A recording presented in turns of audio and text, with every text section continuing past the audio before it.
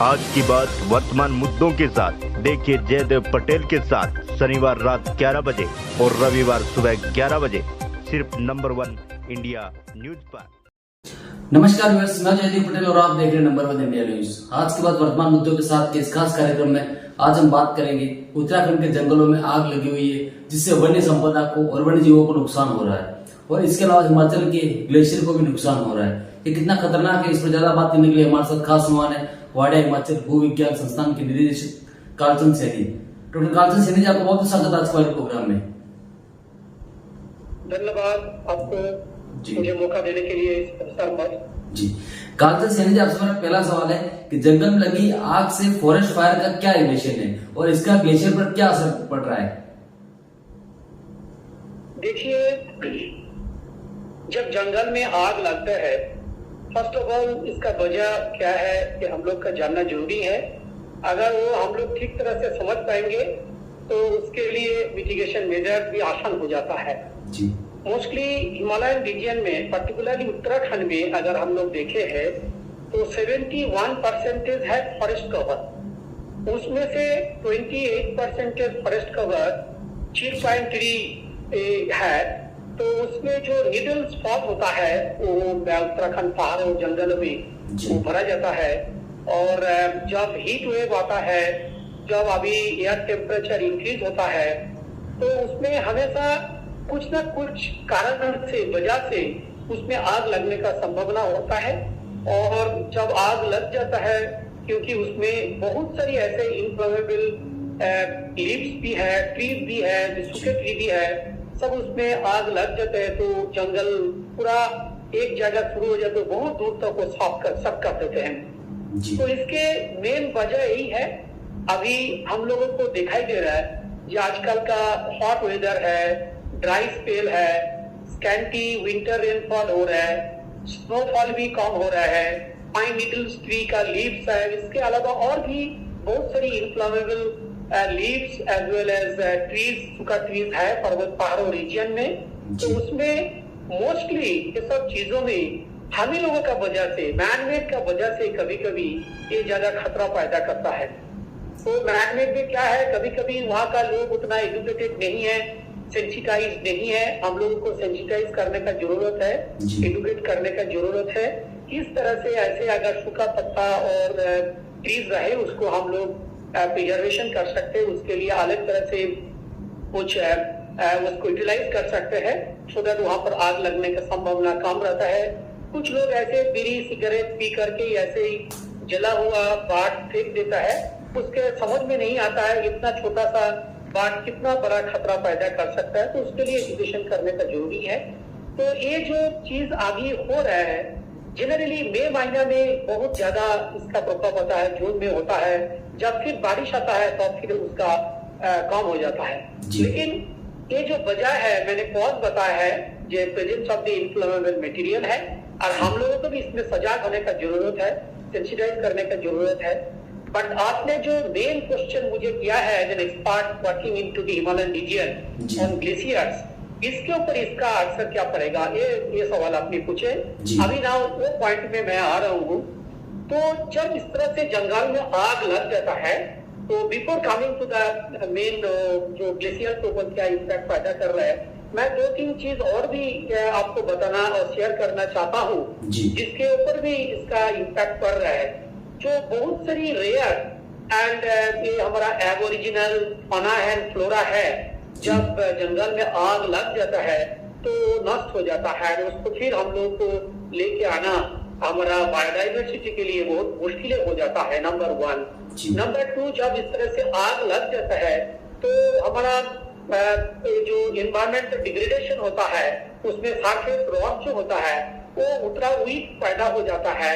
और हम लोगों को मालूम है जो हिमालय का लैंडस्केप है, सरफेस रॉक्स है, अगर उसमें चेंज आया, बदलाव आए, तो जब भी वहां पर कुछ फ्लैट होता है, जो लैंडस्लाइड होता है, आर्टक्वेक होता है, जो वो लैंडस्केप जनरली कंट्रोल करता है कितना डैमेज उस जगह में होगा। तो ये भी एनवायरमेंटल डिग्रेडेशन फॉरेस्ट फायर की वजह से जो हम लोग एक्सपीरियंस करते हैं, वो हमारा आपदा के लिए भी काफी खतरा पैदा हो सकता है।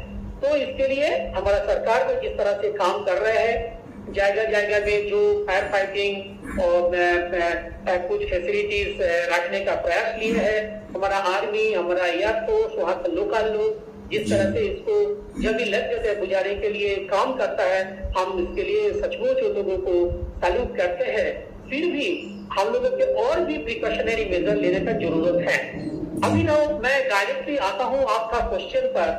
सब लोग को मालूम है जो उत्तराखंड में पर्टिकुलरली 978 ग्लेशियर्स है, जो करीब करीब आपका 3550 स्क्वायर किलोमीटर एरिया कवर करके रखा हुआ है। एंड सभी को मालूम है द ग्लेशियर से जो हमारा नदियां आ रहे हैं, मेन रिवर जो है गंगा, यमुना, ये सब लाइफ लाइन है। हमारा ड्रिंकिंग वाटर के लिए है, हमारा इरिगेशन के लिए है, हमारा हाइड्रोइलेक्ट्रिक पावर प्रोजेक्ट के लिए है, हमारा कुछ डोमेस्टिक यूसेज के लिए है, इंडस्ट्रियल यूसेज के लिए। तो बहुत बड़ा योगदान ग्लेशियर एंड ग्लेशियर से जो रिवर निकल के आ रहा है वो हमारे लिए देता है। तो अभी हम लोगों को ग्लेशियर का हेल्थ के बारे में ध्यान देना जरूरी है। अगर ग्लेशियर हेल्दी रहेगा तो रिवर हेल्दी रहेगा, रिवर हेल्दी रहेगा तो इतना सारी हम लोगों को फायदा होता है। Irrigation, drinking water, domestic uses, industrial use, उसके लिए भी हमारा होता है। तो जनरली जब जंगल में आग लग जाता है तो डेफिनेटली एयर का टेम्परेचर इंक्रीज हो जाता है। नंबर 1, एयर में बहुत सारी कार्बन सूट चला जाता है। नंबर 2, तो ये जो एटमॉस्फेयर में आ जाता है, एटमॉस्फेयर में एरोसोल्स और सूट पार्टिकल, तो उसका एयर टेम्परेचर इंक्रीज हो जाता है। और जब एयर टेम्परेचर इंक्रीज हो जाता है तो वो डेफिनेटली जो ग्लेशियर एंड स्नो है उसको पिघलने के लिए, क्विक पिघलने के लिए मदद करता है। अगर मान लीजिए स्नो प्रेसिपिटेशन हुआ है, हमारे वहां पर ग्लेशियर्स है, ग्लेशियर्स के ऊपर भी है, नीचे भी है, एब्लेशन जोन में भी है, तो इस तरह से एयर टेम्परेचर अगर इंक्रीज हो जाता है तो एब्लेशन जोन में आइस बहुत जल्दी मेल्ट हो जाता है। जो स्नो अकोमोडेशन रहता है, स्नो कुछ देर तक वहां पर रहना चाहिए, but because of the suits and other material aerosols in the air temperature, तो उसमें क्या होता है जो ग्लेशियर्स है वो जल्दी थोड़ा पिघलने, और स्नो जो है जो थोड़ा देर तक रहना चाहिए था ग्लेशियर्स के हेल्थ के लिए, वो भी पिघल जाता है। तो एक फैक्टर तो एयर टेम्परेचर इंक्रीज का वजह से। दूसरा फैक्टर है इसमें से जो सूट निकल के जाता है, कार्बन पार्टिकल जो जा रहे हैं, वो जो आपका ग्लेशियर्स के ऊपर कवर कर देते हैं, तो क्या होता है जो रेडिएशन हो रहा था सूरज से, जो इतना तेज आ रहा था, तो बहुत ज्यादा आपका रिफ्लेक्शन हो रहा था, तो जिसको हम लोग अल्बीडो बोलते हैं। तो वो क्या होता है, because of the soot deposition और because of the some particle जो ग्लेशियर्स को और स्नो को कवर करके रखते हैं, उसमें जब हमारा रिफ्लेक्शन कम हो जाता है तो वहां पर टेम्परेचर एब्जॉर्ब हो जाता है। और टेम्परेचर एब्जॉर्ब हो जाने की वजह से ग्लेशियर भी फास्ट मेल्टिंग होने लगता है। और ग्लेशियर अगर फास्ट मेल्टिंग हो जाता है, स्नो जितना देर तक वहां पर रहना चाहिए था उसका पहले ही पिघल जाता है। तो ऐसे पिघल गया, ऐसे हमारा ग्लेशियर भी पिघल गया, तो जो लॉन्ग टर्म हम लोगों को फायदा होता है उसमें से बहुत सारी नुकसान पहुंचाते हैं। तो इसके लिए हम लोगों को जो चीज मैनमेड का वजह से हो रहा है उसको तो कम्प्लीटली हम लोगों का हाथ में है स्टॉप करने के लिए, बट जो नेचुरल प्रोसेस से हो रहा है उसको तो हम लोग ज्यादा कंट्रोल नहीं कर पाता है। लेकिन मैनमेड जो 98% वजह जो है फॉरेस्ट फायर के लिए मैनमेड रिस्पॉन्सिबल है, उसको हम लोग प्रॉपर एजुकेशन के थ्रू, प्रॉपर सेंसिटाइजेशन थ्रू, थोड़ा प्रिकॉशनरी मेजर के थ्रू और some sort of facilities fire fighting के आसपास में जगह टू जगह लोगों को रेडी रखने के लिए, पर्टिकुलरली फरवरी टू जून ये पर्टिकुलर महीना सेंसिटिव होता है ये पर्टिकुलर फेनोमेना के लिए।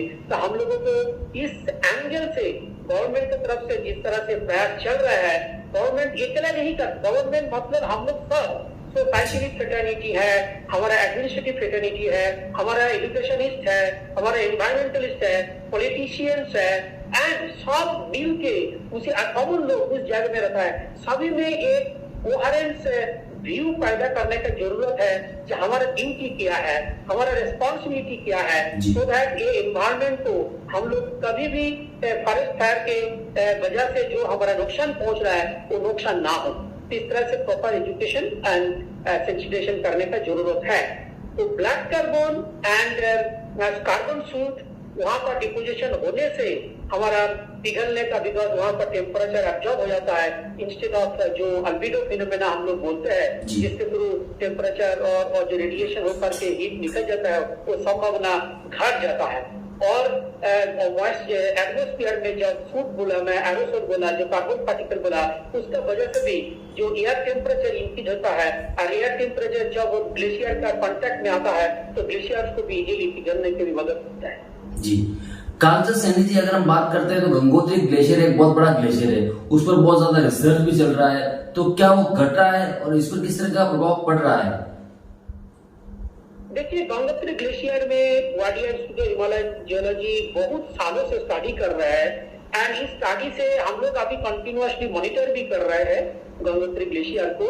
अभी जो हम लोगों को पता चला है क्लाइमेट चेंज का वजह से जिस तरह से उसके ऊपर इम्पैक्ट आ रहा है, लास्ट 30, 40, 50 इयर्स का जो हमारे पास डेटा है, उस डेटा से हम देख रहे हैं जो ग्लेशियर्स वहां पर रिपीट हो रहा है 15 to 20 metre per year rate में। तो इस तरह से वहां पर ग्लेशियर पीछे जा रहा है, मतलब वो हायर ऑल्टीट्यूड की तरफ घिसक के चला जा रहा है, जो रिपीट हो रहा है, जिसको हम लोग इंग्लिश में बोलते हैं। एंड इसका मेन वजह तो वही है जो वहां पर भी एयर टेम्परेचर इंक्रीज हो रहा है, elevation dependent temperature gradient increase हो रहा है, एंड इसके वजह से ग्लेशियर वहां पर पिघल रहा है एंड वहां पर उसका रिट्रीट भी हो रहा है। जी कालचर सैनी जी, आपसे मेरा एक आखिरी सवाल है कि हिमाचल की ग्लेशियर की वर्तमान सेहत क्या है, किस तरह की, और आने वाले समय में किस तरह के लिए खतरा है, ऐसा आपको लगता है?